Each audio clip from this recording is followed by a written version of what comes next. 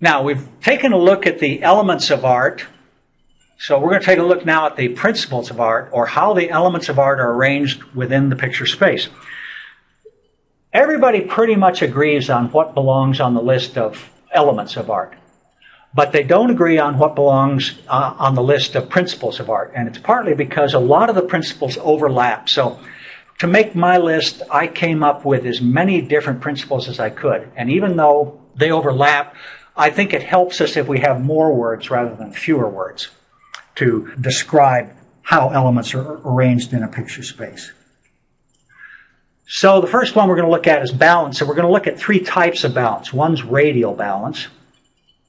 And radial balance is when something is balanced starting at the center and going outward. So any direction you look going out from the center, the composition is balanced. And of course this is, it's the Capitol Dome.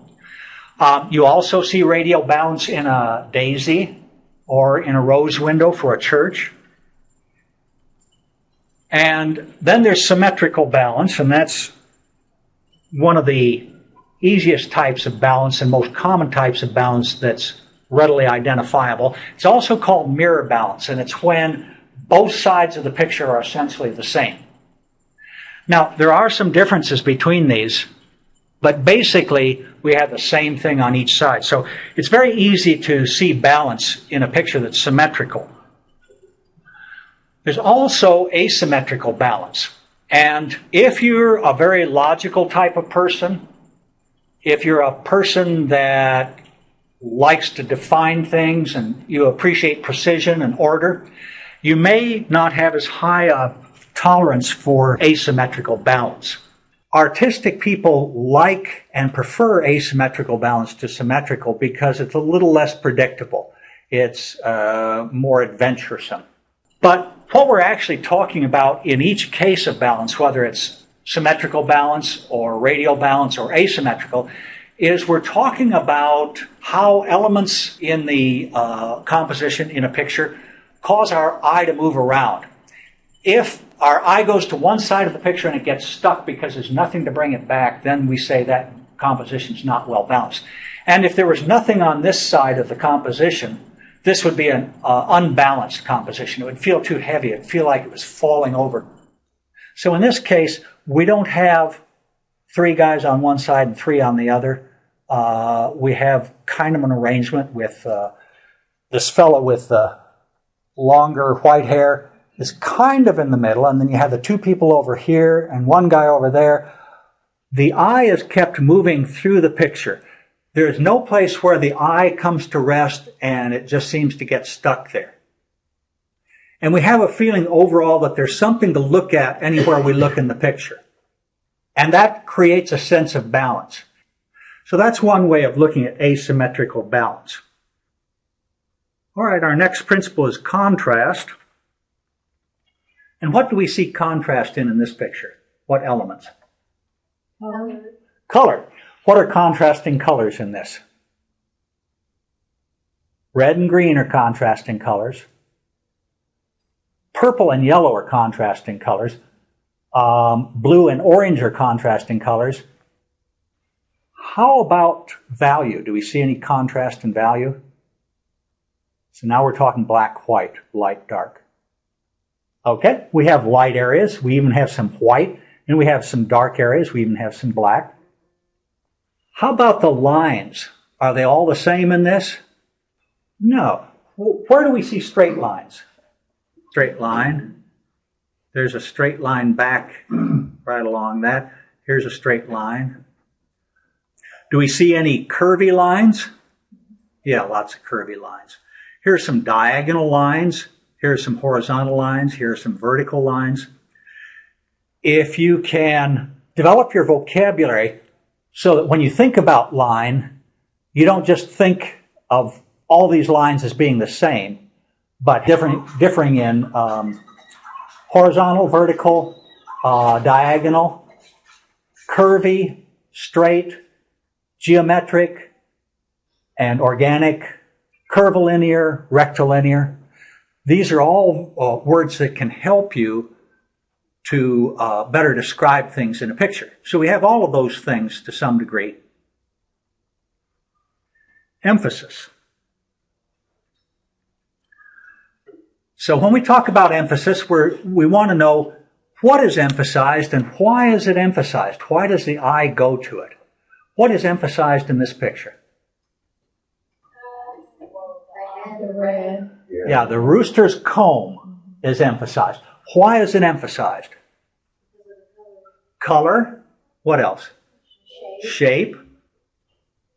So it contrasts, doesn't it, to some extent, with the background, which helps it to stand out. How about the eye? Does that stand out? Yeah. Why? Color. It's a different color. It's this proportion is another reason. You have this little speck of yellow in this picture that's primarily other colors. And certainly where the yellow is, it stands out amidst the comb there. What creates emphasis here? Color? Size, proportion. There's this little area of yellow and a little guy amidst a great big geometric pattern here that are some doors. The fact that it's a person, again, there are certain things that psychologically create emphasis. If there's a person in a picture, usually we see them and we pick them out. Or if there's an animal amidst a lot of plants or something, the eye goes to that. Is he three-dimensional? Does he look three-dimensional? He's kind of far away. It's a little hard. You know he's three-dimensional. So you could either call it form or shape that makes him stand out against everything else. Harmony. I think we can usefully define it as whatever makes a picture easy to look at. So it's free of jarring contrasts or varieties. Usually it doesn't have contrasting colors. Often a harmonious picture or pictures that have an analogous color scheme will appear harmonious. And analogous colors are colors that are close together on the color wheel. Colors that are close together like red, orange, yellow, or orange, yellow, green, or yellow, green, blue are called analogous colors. So this is an analogous color scheme, and that tends to make it seem harmonious. The shapes and the lines are all nice and curvy, and there's not a lot of geometric lines and organic lines. Everything's pretty much organic and curvy and easy to look at in this picture. And that tends to make it appear harmonious. Is this a harmonious picture? No. Why is it not harmonious? Too contrasty, yeah. So the contrast and the variety disrupts the harmony. We don't have a feeling of everything holding together. It seems to be going off in all kinds of directions. And we have pointy things and we have curvy things.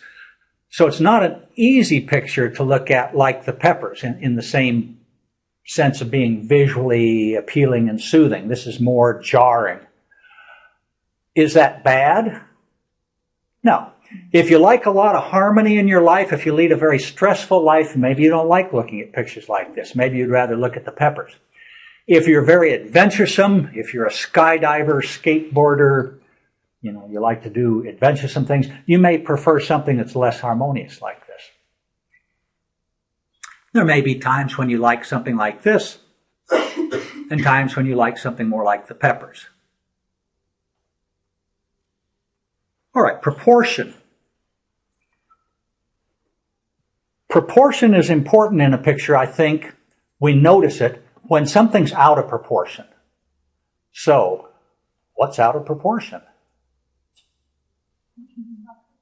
That soccer player, it's just huge. That's why I took the picture. I'm walking down the street and I go, whoa, what's this? I got to get a picture of this. And we see regular people down here on the street, two of them, and they contrast in proportion. And we say, that's really big.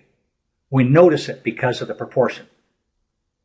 Why else do we notice the soccer player? Blue. Yeah, the blue. The blue really stands out. Now, there are some blue areas in the windows, but mostly it's an area of warmer colors, of yellows, oranges, tans, something in browns in that area. And then we get this patch of blue. Proportionally, blue takes up less space in the picture than the warm colors. What other colors emphasized in this? Does the red stand out at all? Do you see 3 little red stripes in the window? And then the red of his leg guard or sock or whatever that is? And there's just a little patch of red in the Nike icon up on the right side, about the middle. Proportion can also mean how space is allocated. How much of the space is allocated to blue in this picture? Just a little bit. And doesn't that make the blue stand out? Yes. So anytime you get a big space, like most of the space is taken up with darkness, with black. If we look at this in terms of value, we have a triangle of light in an area of big darkness or black. Then if we look at it in terms of color, there's not much space that's allocated to blue in this picture, whereas there's a lot of space that's allocated to black and to light colors, or light values. Repetition. We're going to talk about repetition in terms of 3 different things. We can talk about just repetition, and a lot of people just say repetition is the basic one, and we can ignore pattern and rhythm, which we're going to look at. Or they say pattern is the main one, and we can ignore repetition and rhythm. But we'll try and distinguish the 3. If I took a picture of a piece of grass, a plot of grass, and we saw these blades of grass going in all directions, it wouldn't be very interesting because there wouldn't be any emphasis. The repetitions would be so random that we wouldn't be able to make sense out of it. Here we can make sense out of the repetitions. So what do we see repeated here? We see repeated colors, repeated values. What else? Repeated shapes. Any line? Sure. Those lines that join to form shapes. So outlines around the dark shape here, that's a line. Here's line. This is open line. There's a nice little white line there. Yellow line. Get up here, lots of white lines around the outsides of things. So there's a fair amount of line. So lots of things are repeated in this picture. They appear more than once. What's repeated in this picture? What's probably the most important element that's repeated in this picture? Line's probably the biggest one. And then we also may notice value, lighter and darker areas. There's an interesting repetition in here that I call an echo. Do you see this? It looks like the profile of a man, nose, and maybe there's his eyes, the heel. See over here again? Here's that same profile. And then we have the actual man here, so that kind of adds some interest to this photograph. Pattern. Pattern is when something is repeated very regularly.